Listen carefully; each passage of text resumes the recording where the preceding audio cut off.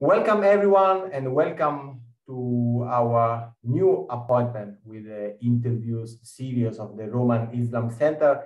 It's for me a big pleasure and a big honor to introduce you Professor Danuta Shanzer, University of Wien, or other Wien Universität.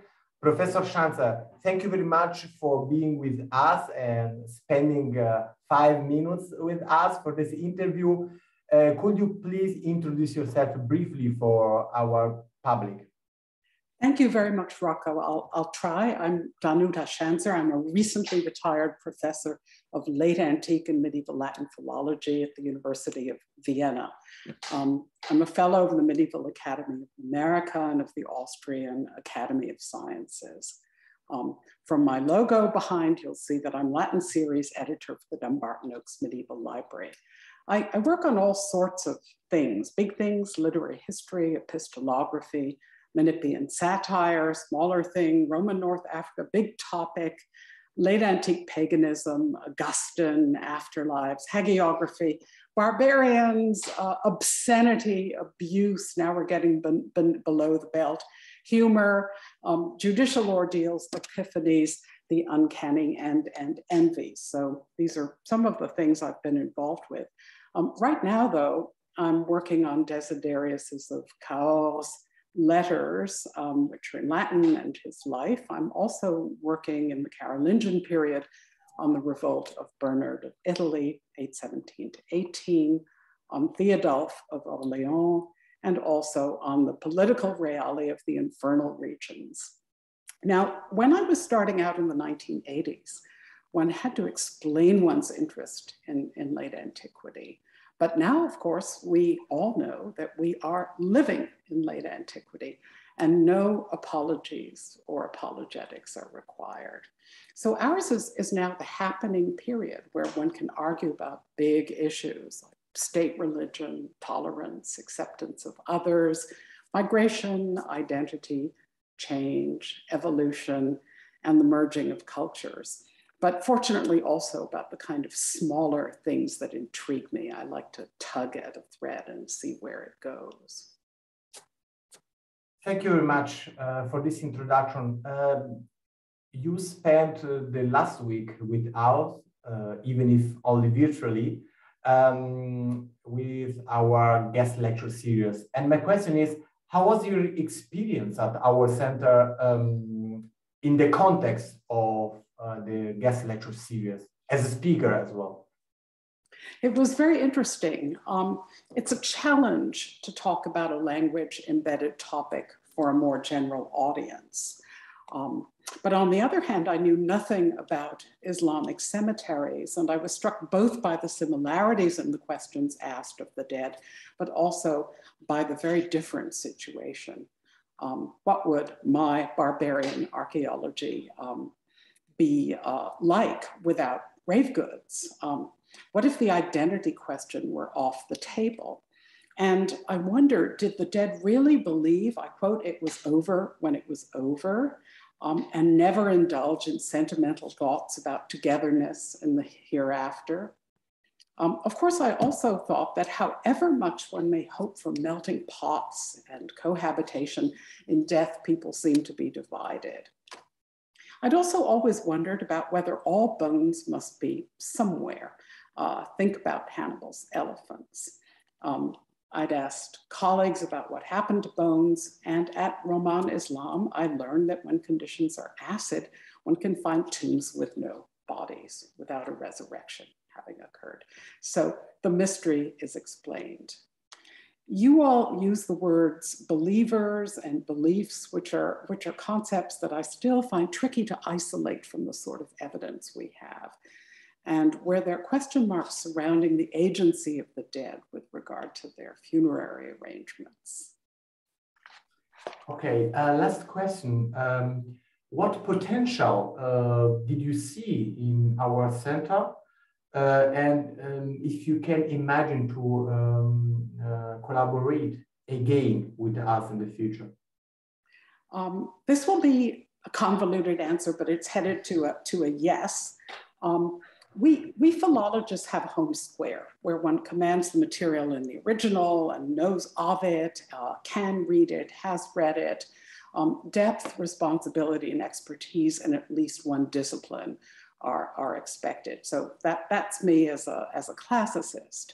And then one can reach beyond to a new period or a new discipline. Some manage this and make original academic contributions beyond their home squares.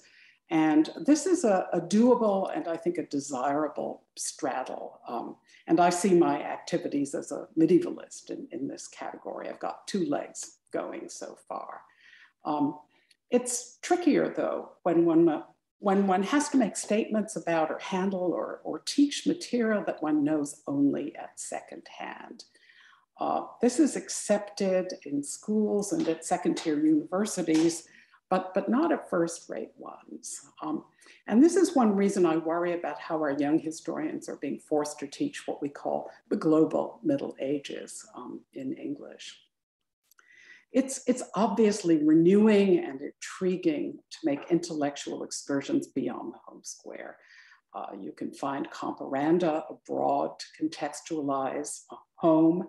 And Roman Islam is an exciting idea, but my question is, can it be a home square? I, for one, would need to be reconfigured into someone with Greek, Latin, and Arabic. And if one has the talent and starts young enough, warning to all of you, a third ancient language really opens up new worlds. But how many really command both Semitic and Indo-European languages? So to me, Roman Islam is an exciting third place. It's not a home square, where it is possible, if one has the necessary prerequisites and curiosity, to study Roman and Islamic cultures in contact in areas where physical contact occurred, namely North Africa and Iberia. The Iberian Peninsula, for various reasons, is a terra minus cognita to many early medievalists. And such a center thus also, I think, has a political contribution to make, both to Wissenschaftsgeschichte by making something possible that isn't so easy to do normally, but also probably to current affairs. And I see many possible results. One would be simply putting oneself in the way of enlightenment or serendipity. The other is a more routine one, which is just parallel play, the sort of mariage de convenance. You're going to get this grant, and so you need a partner and you hook yourselves up. But there are also collaborations where more happens than division of labor. And these are where the participants are actually changed by the process of collaboration. So that's what I would really hope would happen. I do note that there has to be a fully inhabited home square, and the continued existence of philological ones, particularly historical ones in dead languages, can no longer be taken for granted, for we are endangered species. I learn the most when I read text slowly in the original with other people. And I have wondered whether that lectio, that reading process, can be imitated in translation.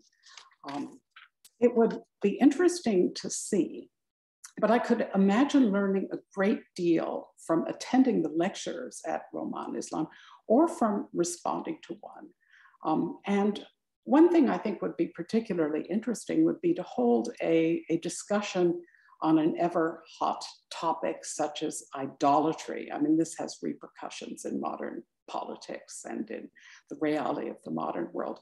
A discussion about this topic that bridged Judaism, Christianity, and Islam. So these are some of the ideas I have about what I could do or one could do within the context of Roman Islam.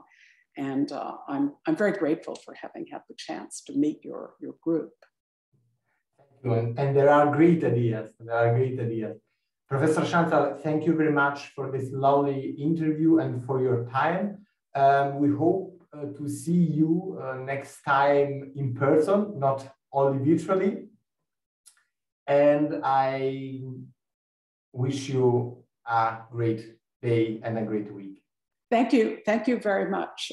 Buon lavoro, gute Arbeit, Rocco. Lovely to see you.